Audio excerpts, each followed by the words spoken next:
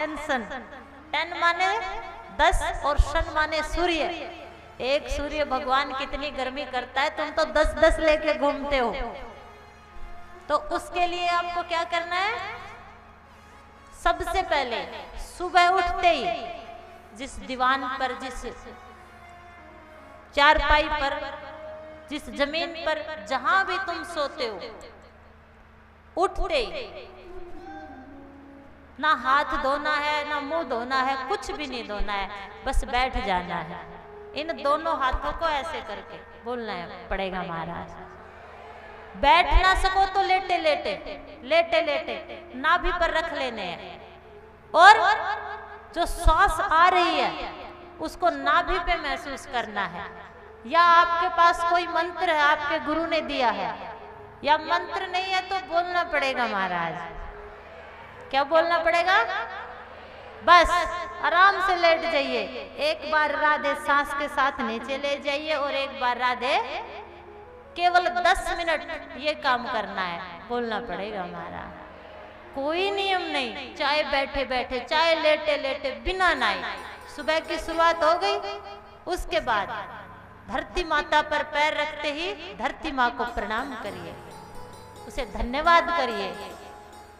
इस दुनिया में सबसे ज्यादा शब्द दो के ही पास है, एक औरत के पास और एक धरती माँ के पास, बोलना पड़ेगा हमारा। दोनों हाथों की हथेलियों को देखकर माथे पर लगाइए, अपने बिस्तर को खुद साफ करिए, बोलना पड़ेगा हमारा। तुम्हारी ये छोटी छोटी आदतें, और इन कामों को बड़े ध्यान से करिए, ये छोटी छोटी आदतें ध्यान बन जाएंगी, और ये छोटी छोटी आदतें जब ध्यान बन गई तो तुम तुम्हारे अंदर प्रवेश कर जाओगे, और तुम उससे मिल जाओगे जो तुम्हारे अंदर बैठा है। फिर चाहे आपको घूमने जाना है, सैर करने जाना है, तो एक एक कदम बड़े ध्यान से रखना है, चाहे बिल्कुल सहज रूप से, सहज भाव से, धीरे धीरे रखना है। 1 किलोमीटर, 2 किलोमीटर, जितना भी, बिल्कुल धीरे धीरे।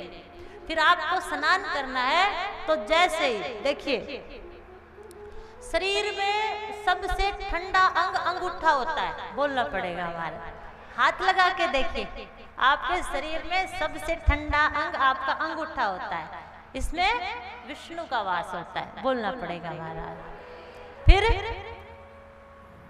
इन हाथों से ब्रह्मा जी ने सृष्टि रची है, और ये जो सिर है ये संहार, यहाँ शिव रहते हैं, बोलना पड़ेगा हमारा आपके शरीर में।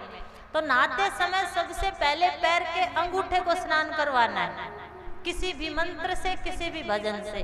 फिर हाथों को धोना है, और फिर सिर पे जल डालना है। ब्रह्मा विष्णु महेश तीनों को स्नान करते हुए आपके घर में ही आपका तीर्थ हो जाएगा, बोलना पड़ेगा हमारा, जोर से बोलना पड़ेगा। फिर क्या करना है?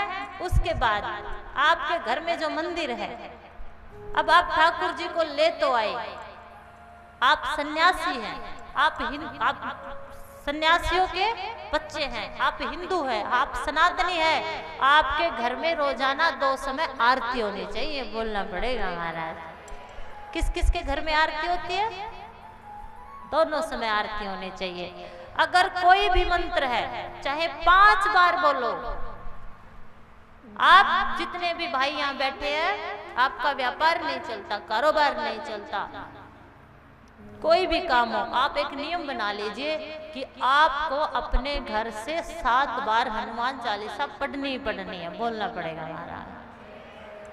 7 बार, 7 भी जितना तो नहीं हो सकता, आप जितना भजन करोगे, जितना मंत्र जाप करोगे, जितना हनुमान चालीसा पढ़ोगे, आपका जो एक ओरा होता है वो जमा होगा, और सामने वाला व्यक्ति आपसे प्रभावित होगा, और आपके सारे कामों में, बोलना पड़ेगा हमारा।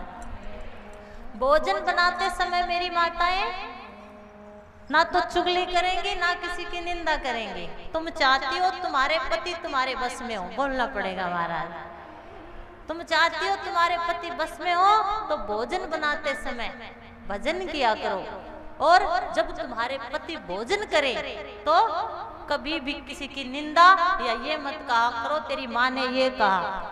कोई भी गलत या बुरी बात उस समय नहीं कहनी चाहिए, क्योंकि भोजन के साथ साथ ये उसको खा जाते हैं और फिर अच्छे बनने के बजाय बुरे बनते हैं। बोलना पड़ेगा महाराज। सुबह उठकर माताओं को स्नान करके रसोई घर में जाना चाहिए, सूर्य भगवान को अर्घ देना चाहिए, आपके घर में तुलसी का पौधा होना चाहिए, आपको डेली पितरों को भोग देना चाहिए, गाय माँ के उपले को गैस पे रख के थोड़ा गर्म करके उस पे गुड़ और रोटी के साथ आपको भोग देना चाहिए। आपको पहली रोटी गाय माँ के डालनी चाहिए और आपको लास्ट की रोटी कुत्ती हरा नहीं सकता। बोलना पड़ेगा महाराज।